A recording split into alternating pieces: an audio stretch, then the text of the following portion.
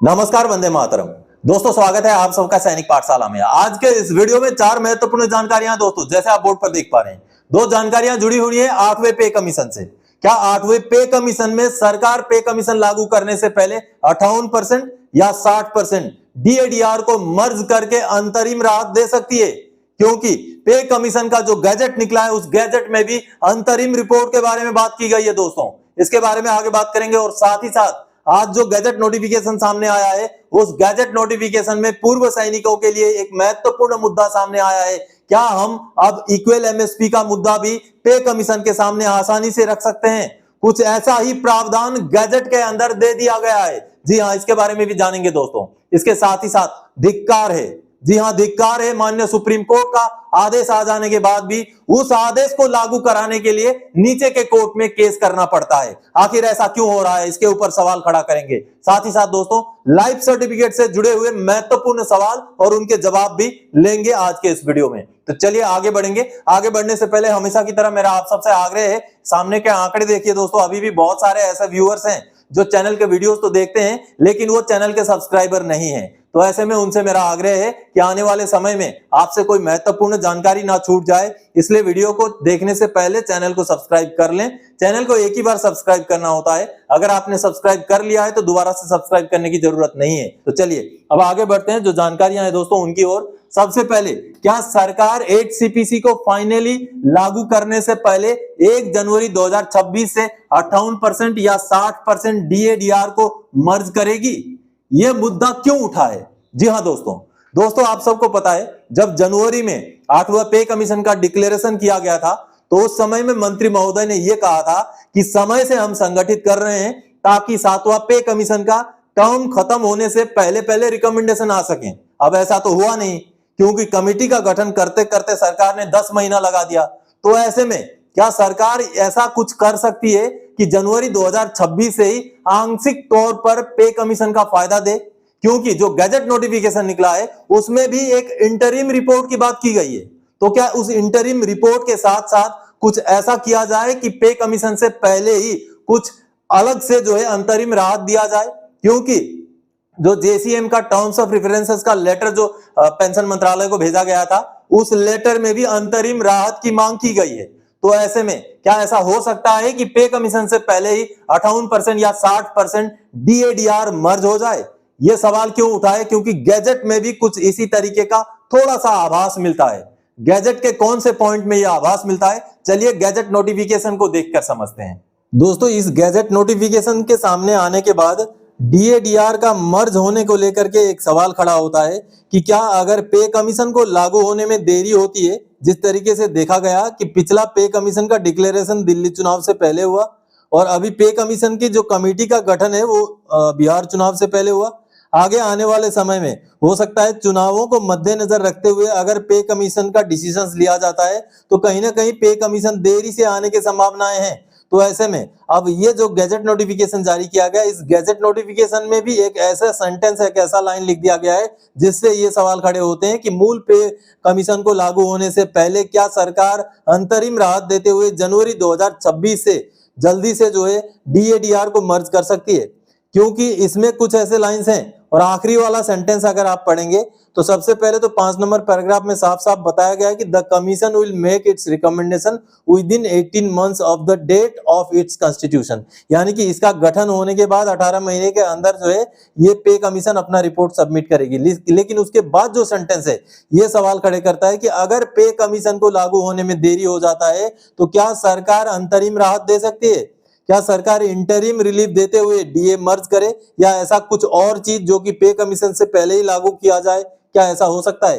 क्योंकि यहां लिखा हुआ है इट में consider if necessary sending interim reports on any of the matters as and when the recommendations are finalised. यानी कि जब भी रिकमेंडेशंस फाइनलाइज हो जाए तो किसी एक विषय को लेकर के अंतरिम रिपोर्ट भी पे कमीशन सबमिट कर सकती है, ऐसा यहां लिखा गया है। इसका मतलब होता है दोस्तों, पे कमीशन को 18 महीने का समय तो दे दिया, ये पहले वाले लाइन में क्लियर था, लेकिन उसके बाद जो ये लाइन जोड़ा गया है ये महत्व रखता है कि अगर पे कमीशन में देरी हो जाए, क्योंकि सरकार अपना फायदा तो जरूर देखेगी, जो हमने पिछले दिनों देखा है, दिल्ली चुनाव, बिहार चुनाव को संगति रखते हुए पे कमीशन का डिक्लेरेशन कमेटी का गठन हुआ है। तो कहीं ना कहीं आने वाले समय में किसी चुनाव को ही मद्देनजर रखते हुए हो या तो फिर मूल पे कमीशन को गठित होने में ज्यादा समय लगने की वजह से हो, क्या अंतरिम राहत देते हुए 50% या 58% या 60% डीएडीआर को सरकार मर्ज कर सकती है। आखिर में जो लाइन है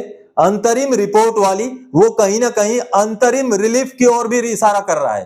तो इस अंतरिम रिपोर्ट को एक्सेप्ट करके सरकार अगर पे कमीशन आने में देरी हो जाए, यानी कि अगर अगला चुनाव के आसपास अगर पे कमीशन चला जाए 2029 के चुनाव के आसपास, तब भी आप आश्चर्य मत होइएगा, क्योंकि हमने देखा है पे कमीशनों में देरी होते हुए। तो ऐसा अगर होने का अंदेशा हुआ तो क्या सरकार पहले ही डीएडीआर को मर्ज करके अंतरिम राहत दे सकती है? आपको क्या लगता है? कमेंट जरूर कीजिएगा। यह प्रसंग मैंने इसलिए उठाया क्योंकि अंतरिम रिपोर्ट की बात गैजेट नोटिफिकेशन में भी डाली गई है। चलिए अब अगली जानकारी दोस्तों, धिक्कार है सुप्रीम कोर्ट के आदेश और मंत्रालय के आदेश के बाद भी क्यों पेंशन बढ़ोतरी नहीं कर रहे हैं विभाग? ये बड़ा सवाल है दोस्तों। नोशनल इंक्रीमेंट को लेकर के कई सालों तक नीचे वाले कोर्ट में केस चले, माननीय सुप्रीम कोर्ट में केस गया और आखिरकार 20 फरवरी 2025 को माननीय सुप्रीम कोर्ट ने साफ साफ आदेश सुना दिया। यह सामने माननीय सुप्रीम कोर्ट का उसी जजमेंट का आप कॉपी देख पा रहे हैं। इसमें माननीय सुप्रीम कोर्ट ने साफ साफ ऑर्डर सुना दिया और केवल कोर्ट केस करने वालों के लिए नहीं, जिन्होंने कोर्ट केस नहीं किया है उनको भी अगर नोशनल इंक्रीमेंट लागू है तो उनको भी मई 2023 से एरियर देते हुए नोशनल इंक्रीमेंट लागू करने का ऑर्डर माननीय सुप्रीम कोर्ट ने साफ साफ दिया 20 फरवरी 2025 के अपने ऑर्डर में। और उसके तुरंत बाद यानी कि लगभग मई के महीने में 20 मई 2025 को पेंशन मंत्रालय ने भी लेटर निकाल दिया। और पेंशन मंत्रालय के सामने लेटर देखिए, उस लेटर के हिसाब से भी पेंशन मंत्रालय ने क्लियर कर दिया कि जिन्होंने कोर्ट केस नहीं किया, यानी कि जो थर्ड पार्टी है, उनको भी नोशनल इंक्रीमेंट दिया जाए। नोशनल इंक्रीमेंट के पूरे चीजों को साफ करते हुए पेंशन मंत्रालय का जब ये लेटर निकला, उसके आगे सारे विभागों ने नोशनल इंक्रीमेंट को लागू करना था, लेकिन अभी तक भी ऑटोमेटिकली नोशनल इंक्रीमेंट लागू नहीं हुआ है। और नोशनल इंक्रीमेंट लेने के लिए पेंशनर्स को अभी भी नीचे वाले अदालतों में केस करना पड़ रहा है। तो ऐसा क्यों? ये धिक्कार वाली बात है, क्योंकि अगर माननीय सुप्रीम कोर्ट से आदेश आ जाए, पेंशन मंत्रालय से भी आदेश आ जाए, इसके बावजूद भी नीचे वाले कोर्ट से अगर ऑर्डर निकलवाने पड़े तो कहीं ना कहीं ये विडंबना है। जी हां, हाल फिलहाल में माननीय एफटी से एक ऑर्डर आया है, जिस ऑर्डर में 20 मई 2025 का जो पेंशन मंत्रालय का आदेश था, उस आदेश को भी कोर्ट करते हुए ऑर्डर निकालना पड़ा। चलिए पहले ऑर्डर देखते हैं दोस्तों। माननीय एफटी लखनऊ का ये 13 अक्टूबर 2025 का जजमेंट है, आदेश है। ये आदेश इसीलिए विडंबना है दोस्तों क्योंकि माननीय सुप्रीम कोर्ट ने और साथ ही साथ पेंशन मंत्रालय ने साफ साफ ऑर्डर दे दिया, लेकिन क्या उन ऑर्डर्स को लागू कराने के लिए पेंशनर्स को इसी तरीके से अलग अलग समय पर केस करते रहना पड़ेगा? ये नोशनल इंक्रीमेंट का मुद्दा है दोस्तों।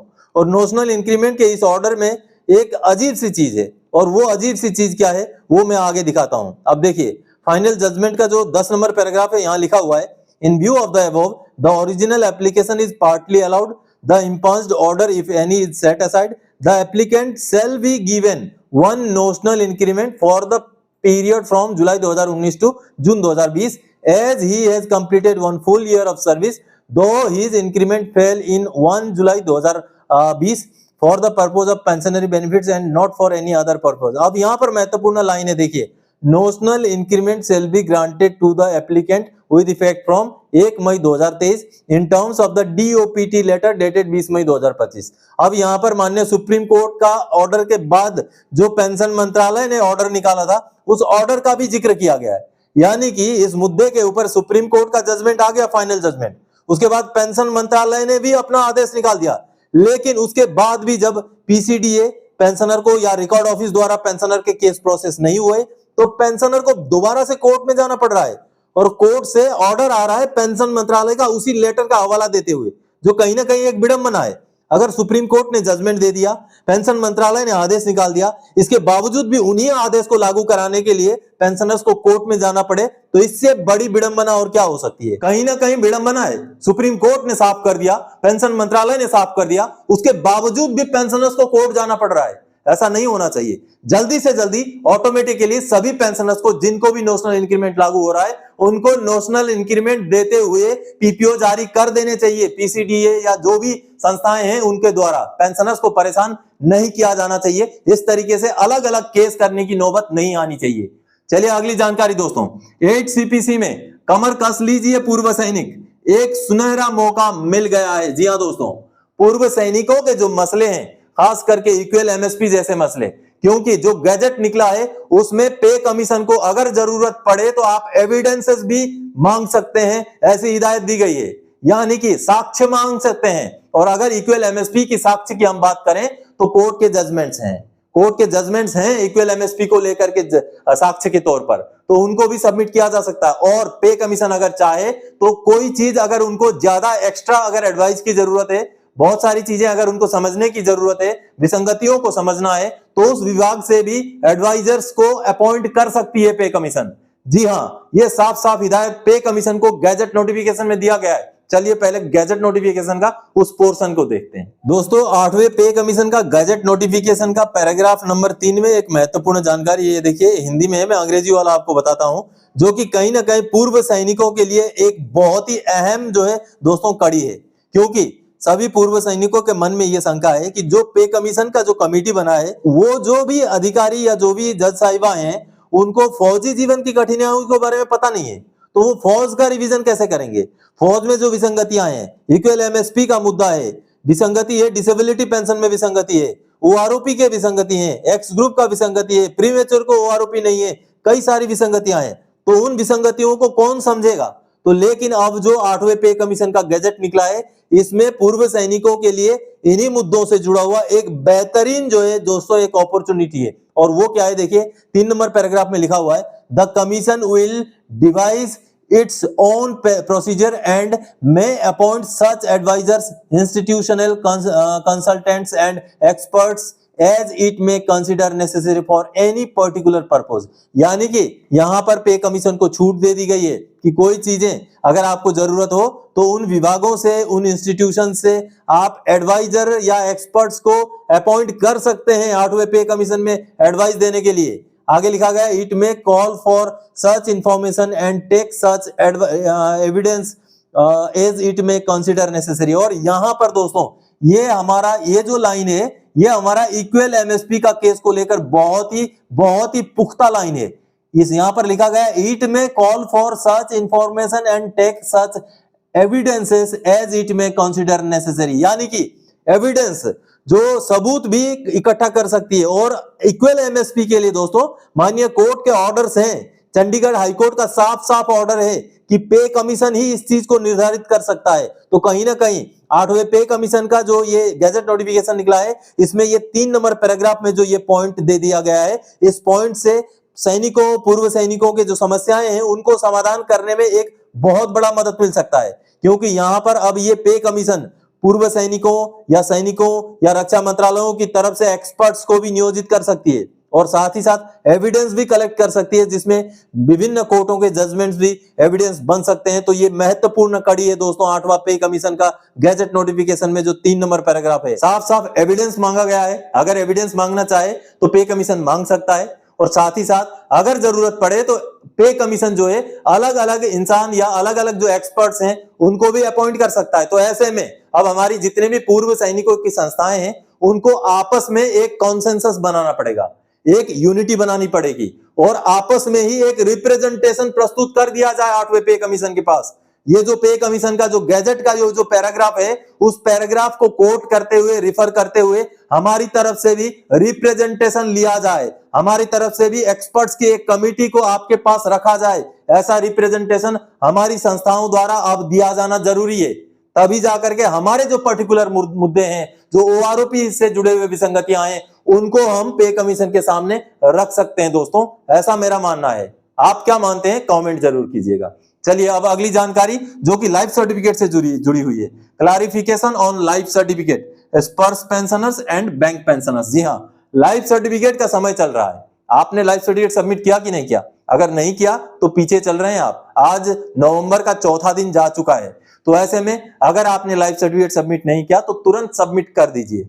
लाइफ सर्टिफिकेट सबमिट करने के कई सारे आसान तरीके हैं। अगर आप स्पर्श माइग्रेटेड पेंशनर हैं और अगर आपका आधार स्पर्श के अंदर अपडेटेड है तो सबसे आसान तरीका है जीवन प्रमाण ऐप का इस्तेमाल करना। आप सैनिक पाठशाला में जीवन प्रमाण ऐप का इस्तेमाल करते हुए वीडियोस बनाए गए हैं, उनको देख करके हूबहू उसी तरीके से लाइफ सर्टिफिकेट सबमिट कर सकते हैं। अगर आप वैसे ना चाहें तो किसी बायोमेट्रिक डिवाइस लगे हुए कंप्यूटर में आपका स्पर्श आईडी खोलकर भी डिजिटल लाइफ सर्टिफिकेट सबमिट कर सकते हैं। वहां आपका उंगली का निशान लिया जाएगा और आपका लाइफ सर्टिफिकेट तुरंत ही सबमिट हो जाएगा, तुरंत ही अपडेट भी हो जाएगा स्पर्श के अंदर। अगर आपका आधार अपडेटेड नहीं है तो आपने मैनुअल लाइफ सर्टिफिकेट करना है, स्पर्श में लॉगिन होना है, मैनुअल लाइफ सर्टिफिकेट को डाउनलोड करना है, जो कंसर्न अधिकारी हैं उनसे साइन कराना है और दोबारा से उसको अपलोड कर देना है। अब लाइफ सर्टिफिकेट के चलिए ये तो कई सारे जरिए हैं जिससे आप लाइफ सर्टिफिकेट सबमिट कर सकते हैं। तो ऐसे में लाइफ सर्टिफिकेट से जुड़े हुए कुछ महत्वपूर्ण सवाल मैंने यहाँ लिख रखे हैं जिनका जवाब आपको दूंगा।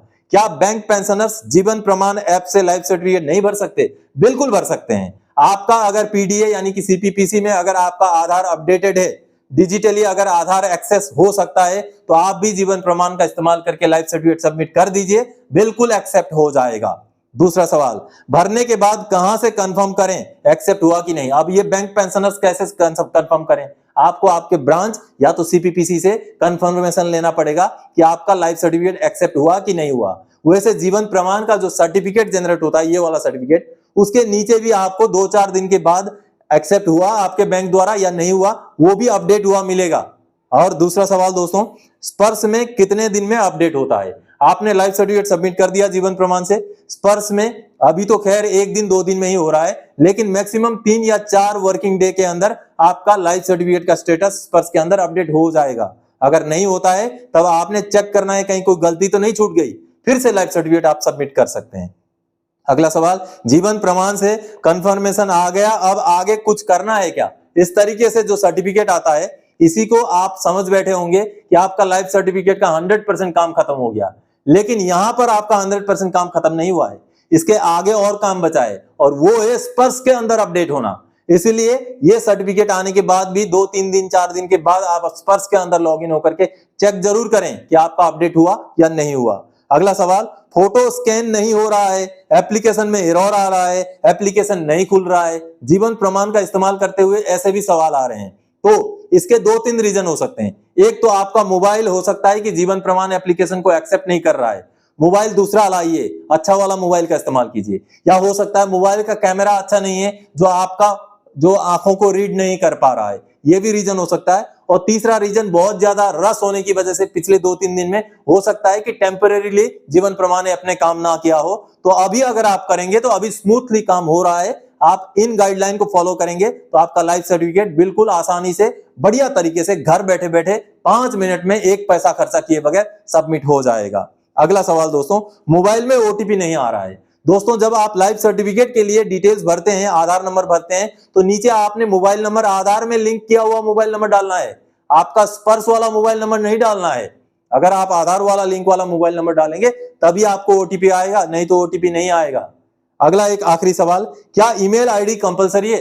जब लाइफ सर्टिफिकेट सबमिट करते हैं जीवन प्रमाण में तो वहां पर एक ईमेल आईडी डालने का ऑप्शन आता है। ईमेल आईडी कंपलसरी नहीं है, ईमेल आईडी डाले बगैर भी आपका लाइफ सर्टिफिकेट में आप आगे बढ़ सकते हैं, लेकिन प्रिफरेबली अगर आप ईमेल आईडी डालें तो अच्छा है, क्योंकि ईमेल में भी आपको कंफर्मेशन आ जाएगा कि आपका लाइफ सर्टिफिकेट अपडेट हो गया है, एक्सेप्ट हो गया है। तो दोस्तों, आज के इस वीडियो में इन्हीं महत्वपूर्ण जानकारियों के साथ आया था। आगे और कोई जानकारीदायक आपसे सरोकार रखने वाला विषय लेकर मैं फिर से हाजिर हो जाऊंगा। तब तक के लिए जय हिंद दोस्तों।